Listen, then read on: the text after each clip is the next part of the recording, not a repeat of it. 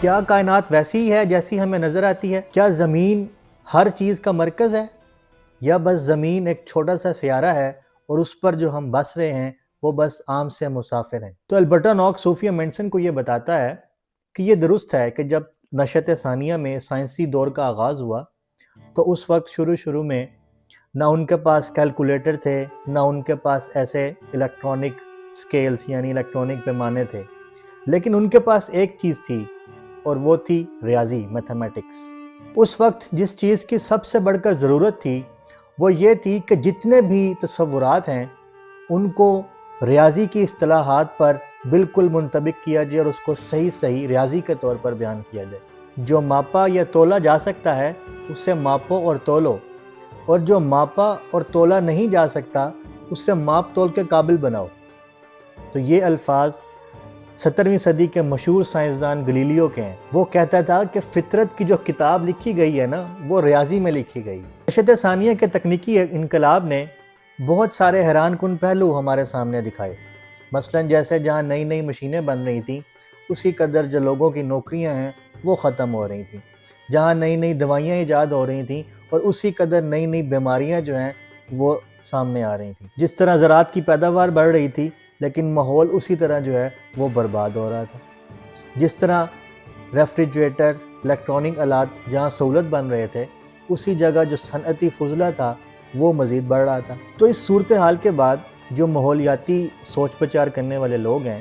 وہ اس امر پر پہنچے ہیں کہ ہمیں ضرور جو ہے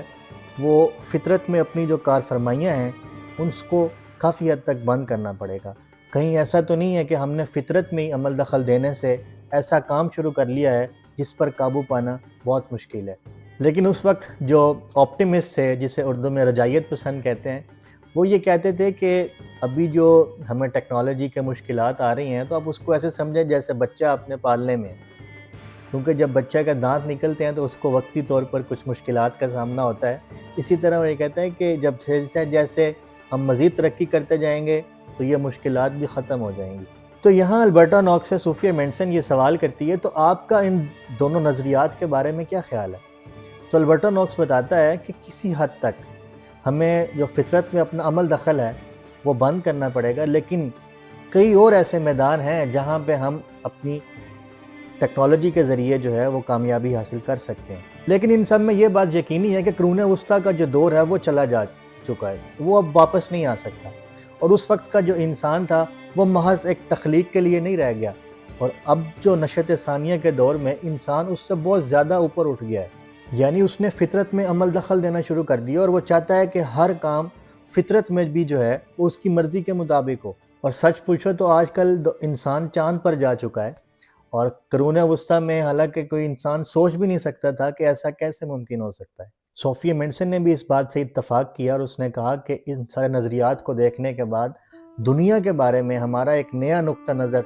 جو ہے وہ بنتا ہے۔ تو البرٹا نوکس نے اس کی بات کو مزید بڑھاتے ہوئے بتایا کہ قرون وسطیٰ میں یہ لوگ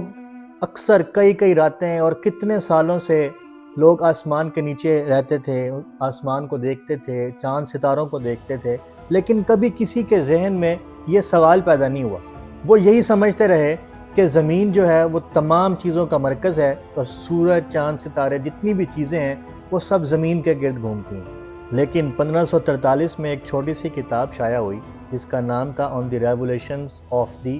سیلیسٹیل اسفیئرز۔ یہ کتاب پولینڈ کے ماہر فلکیات کوپرنیکس نے لکھی، اور دلچسپ بات یہ ہے کہ جس دن یہ کتاب شائع ہوئی اس کا انتقال بھی اسی دن ہوا۔ اس نے آ کے یہ نظریہ دیا کہ جو زمین ہے وہ سورج کے گرد گھوم رہی ہے، نہ کہ سورج جو ہے وہ زمین کے گرد گھوم رہا ہے۔ اس نے کہا کہ اکثر لوگ یہی سمجھتے رہے کہ ہر چیز جو ہے وہ زمین کے گرد گھوم رہی ہے کیونکہ زمین اپنے محور کے گرد جو ہے وہ چکر لگاتی رہتی ہے، لیکن اگر ہم یہ جان لیں کہ زمین جو ہے وہ سورج کے گرد گھومتی ہے تو ہمیں باقی جو اجرام فلکی کا نظام ہے وہ سمجھنا ہمارے لیے آسان ہو جائے گا۔ اس نقشے کو ہم ہیلینسٹک ورلڈ پکچر کہتے ہیں، یعنی تمام جو کائنات کا مرکز ہے وہ سورج ہے۔ تو کوپرنیکس کا یہ دعویٰ کہ زمین سورج کے گرد گھومتی ہے یہ تو درست تھا، لیکن اس کا جو یہ نظریہ تھا کہ ہر چیز کا جو مرکز ہے وہ سورج ہے، یہ غلط تھا۔ آج ہمیں معلوم ہے کہ اربوں خربوں سیاروں میں سے سورج بھی ایک ستارہ ہے، اور آج ہم جس کہکشاں میں رہ رہے ہیں وہ کہکشاں بھی اربوں خربوں کہکشاؤں میں سے ایک کہکشاں کا حصہ ہے۔ کاپرنیکس نے ایک اور نظریہ دیا۔ اس کا یہ ماننا تھا کہ زمین اور جتنے بھی دیگر سیارے ہیں وہ سورج کے گرد دائرے کی شکل میں گھومتے ہیں، کیونکہ اس کا بھی قدیم زمانے کے لوگوں کی طرح یہ خیال تھا کہ اجرام فلکی چونکہ آسمانی ہوتے ہیں اس لیے وہ اپنی کامل شکل یعنی دائرے کی شکل میں ہوں گے، اور افلاطون کے دور میں بھی جو جیومیٹری کی سب سے کامل شکل تھی وہ دائرہ ہی سمجھا جاتا تھا۔ لیکن 17ویں صدی کے آغاز میں جرمن ماہر فلکیات جوہانس کیپلر نے یہ بات ثابت کی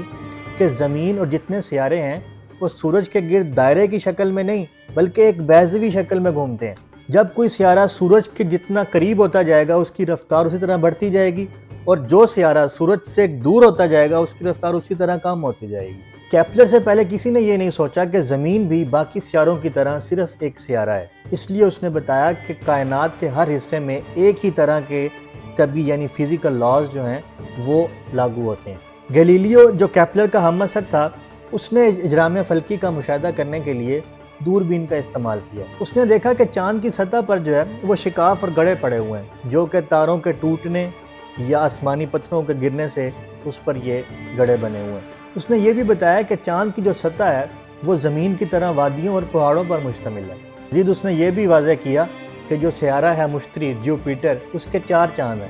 تو اس سے یہ اندازہ ہوا کہ چاند صرف زمین کی ملکیت نہیں ہے بلکہ ہر سیارے کے اپنے اپنے چاند ہیں۔ لیکن گلیلیو کا سب سے بڑا کارنامہ یہ تھا کہ اس نے انرشیا کا قانون جو ہے وہ واضح کیا۔ انرشیا کا قانون یہ ہے کہ کوئی بھی جسم چاہے وہ اپنی جس حالت میں ہو، چاہے حرکت میں ہو، چاہے ساکن ہو، وہ تب تک اپنی جگہ سے نہیں ہل سکتا جب تک کہ کوئی بیرونی طاقت جو ہے اس کو اپنی جگہ سے نہ ہلائے۔ تو آج جب ہم یہ جانتے ہیں کہ زمین ایک عام سا سیارہ ہے، سورج ایک عام سا سیارہ ہے اور اس کائنات میں خربوں کہکشائیں موجود ہیں، تو یہاں یہ سوال پیدا ہوتا ہے